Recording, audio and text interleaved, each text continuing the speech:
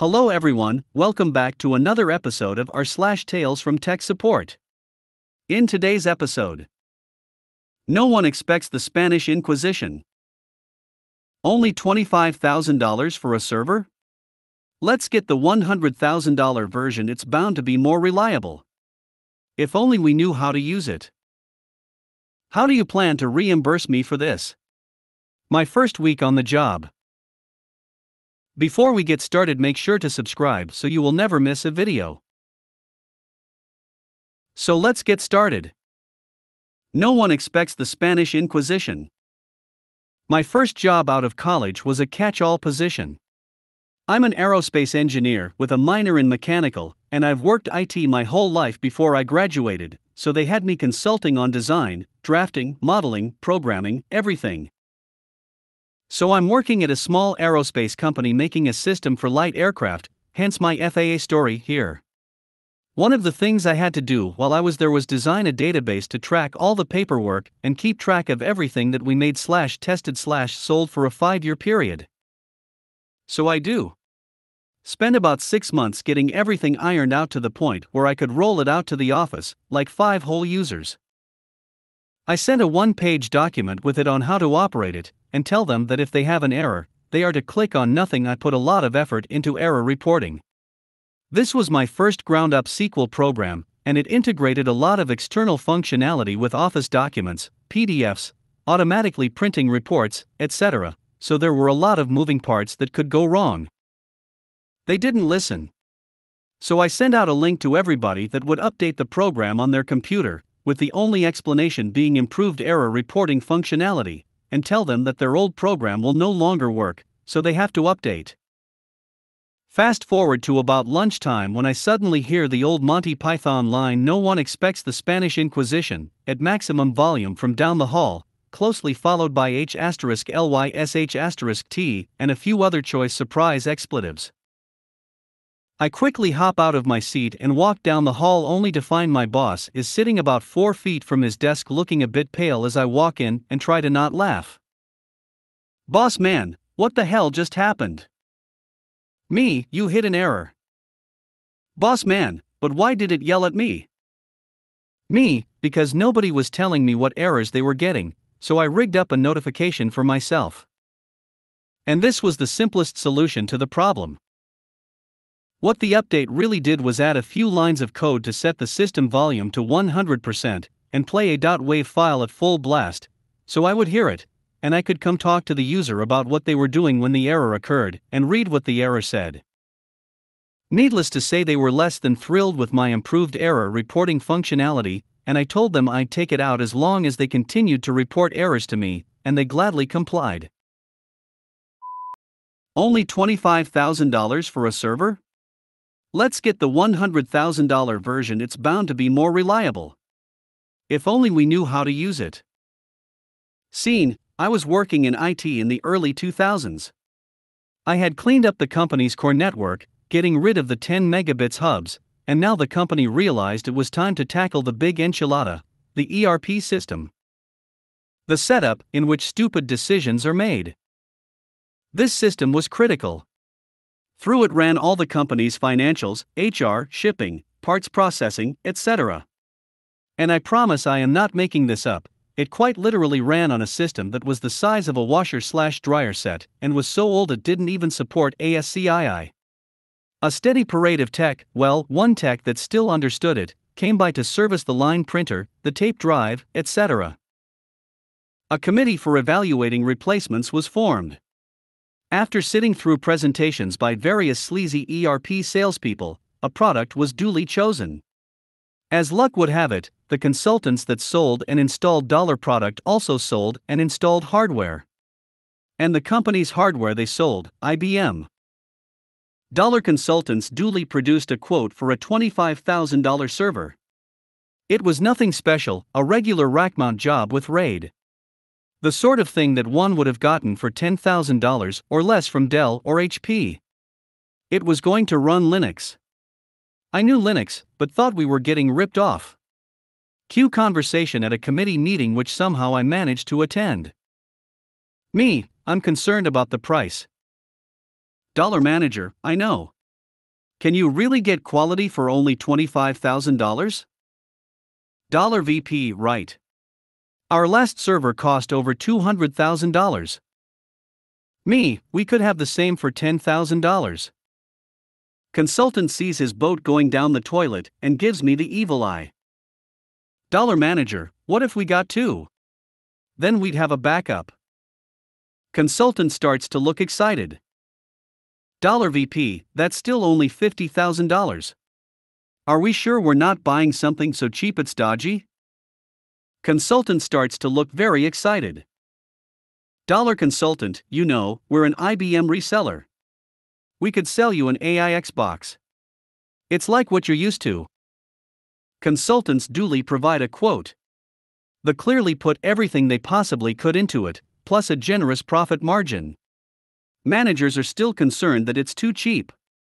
So they add a separate disk expansion shelf, read, proprietary JBOD, to bring it up to $100,000. Me, nobody here knows AIX. Consultant, you're good with Linux. We'll train you. For free even. VP, that's a great deal. Where do we sign? Which would have been fine if Consultants actually had anyone that knew AIX. The plot thickens. The AIX equipment duly arrives, followed by a consultant to do the install. This isn't the sales guy consultant, this is the nerdy consultant. I'll call him Fresh Prince because he was always talking about his favorite TV show, The Fresh Prince of Bel-Air, only Fresh Prince was the opposite of Will Smith. In every way. Of course, by this point, management is nowhere to be seen, so it's Fresh Prince and me. Fresh Prince, so I'll just install this then. Me, great. I busy myself with the tasks of the day. Fresh Prince makes grunting noises as he struggles with the latch on the rack door, the rails, the server, the power, the install CD-ROM. After much effort, and a few calls to tech support, he seems to have managed to configure something or other. Fresh Prince, I'm all done. Me, you haven't asked me about the printer setup. Application needs printer access. Fresh Prince, oh. Right. So, tell me about these printers? I give him some information. Correct, even. Muttering ensues. 4 hours. Me, so how's it coming? Fresh Prince, would you believe it, they redid how they do printers in AIX 5. On AIX 4, it was, somewhere else, and you have 5. I can't even find where it is in the menu. Ha ha ha. Me, you've spent all afternoon not configuring the printers? Fresh Prince, oh don't worry, I've got a hotel room, I'll be back tomorrow. Hilarious. The Amber Lamp of Doom. Eventually Fresh Prince set up the printers, the application is duly installed, migrations occur, rejoicing happens, consultants leave, more rejoicing happens, etc. Then one day, the Amber Lamp of Doom shows up on the system. WTF is this? Through various phone calls and twisty little menus, all alike, shout out to Smitty for any AIXers out there, we arrive at the conclusion, a disk in the RAID has failed. For about the 20th time that week, I was again thinking this would have been so much simpler on a $10,000 Linux box. IBM duly dispatches an engineer with a hard drive. Engineer arrives. Engineer, which drive is bad? Me, heck if I know. It took me 2 hours just to find out that the problem is a bad drive. Engineer, I can't replace the drive unless I know which one.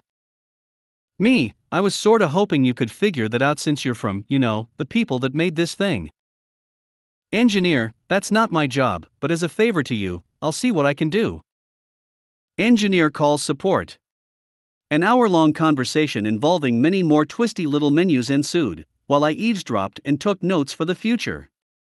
Eventually the defective drive was identified and replaced. Engineer, all done. Sign here. Me, the amber light's still on. Engineer, it's supposed to do that. I hate IT when they say that. Me, that light was never on until the drive failed. Engineer, I know. You have to reset the lamp. Me, how? Engineer, I don't know. Sign here. Me, also, there's no activity on the new drive. Engineer, you have to trigger a RAID rebuild. Me, I hesitate to ask, but how? Engineer, I don't know. Sign here. Multiple escalations occur at this point, since nobody in AIX support has any idea how to repair a degraded RAID. Eventually, some hours later, the magic Smitty incantation is produced, the RAID is rebuilt, and the amber lamp of doom extinguishes. Epilogue. 2 years later, I managed to convince management to let me build a $10,000 Linux box. User complaints were way down after that because it was much faster and yes, more reliable. Manager, wow, technology is so amazing. 2 years ago, we had to pay 10 times as much for this. Me. How do you plan to reimburse me for this? My first week on the job. Hi everyone. I work as a computer lab clerk at my local public library, helping out people who don't have computers themselves. If this doesn't fall within the tech support banner, I'm really sorry, and please feel free to remove this post. So this is a story from my first week on the job.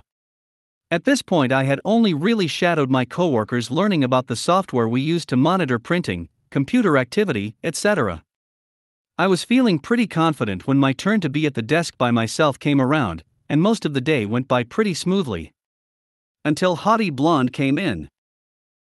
HB strolled up to one of our quick email stations, which are essentially computers that people who don't have a library card can use for 20 minutes. First, however, you have to come up to the desk and get a temporary pass to use them. The one HB logged onto had already been in use by someone else who had left without logging out. Usually I just let themselves restart since most people are regulars who know they need a pass. HB was not a regular and assumed though the computer was on and open to a web page she could use it without issue. Really, I should have warned her, but at the moment I was busy with another patron, old dude. My first interaction with OD was him asking me if we had 400 sheets of paper in the printer, because he was going to print 400 sheets. I checked and it seemed like we had a lot, and told him if we didn't have enough we just had to add more. He waved me at me like I was a peasant and just said, loudly, add more, before walking back to his computer. I was baffled, and though our policy is usually to wait for the paper to run out, I filled it up and went back to my desk. A few seconds later, HB screamed at me, in a library, from her temporary computer, your internet always so slow. This got her quite a few looks, and I was really taken aback, so I just shrugged and stuttered out, yes sometimes, sorry ma'am. A few minutes later she stormed up to me annoyed and asked, how do I print? I asked her if she had the temporary pass she used to log on since she would need that to print. After a few moments of confusion it dawned on her, so I have to log back on again to print? I said yes and printed her off a pass. Meanwhile OD was back and looked pissed. The printer is not working. Something is wrong. So I cried internally and went through the motions of troubleshooting, and the third question I asked was, what size of paper are you printing? He just yelled at me, normal size. What else? So I shrugged and moved on, which is where kept up. I really should have double-checked on his computer. Anyways, all the while he's shouting at me, and I have to repeatedly remind him we're going to refund his $12 if we can't get it to print, though this didn't stop him from telling anyone who would listen that I was trying to make him lose his money. Because of the mishap with OD, the printer was no longer working, and this made HB quite upset. A little bit after HB had asked me the question of, is there a Build-A-Bear around here, and answered herself with, probably not, right? It's pretty ghetto. I was once again reassuring OD that we would refund his money, while she stood by annoyed. Finally she snapped, shouting, what about me? How are you going to reimburse me for the Build-A-Bear coupon I lost? I was simply in shock, partially at the two people yelling at me instead of letting me help them, and partially because this woman somehow thought that a federal building who was providing her with a free computer owed her some sort of refund for a coupon that she still had access to on the internet and hadn't paid a cent to print yet. Finally, I got my boss, who found the issue. OD had tried printing his documents out on paper that was too big for the printer. Sorry this was so long. If anyone managed to read through this, all congrats, and I'll make the next one a lot shorter.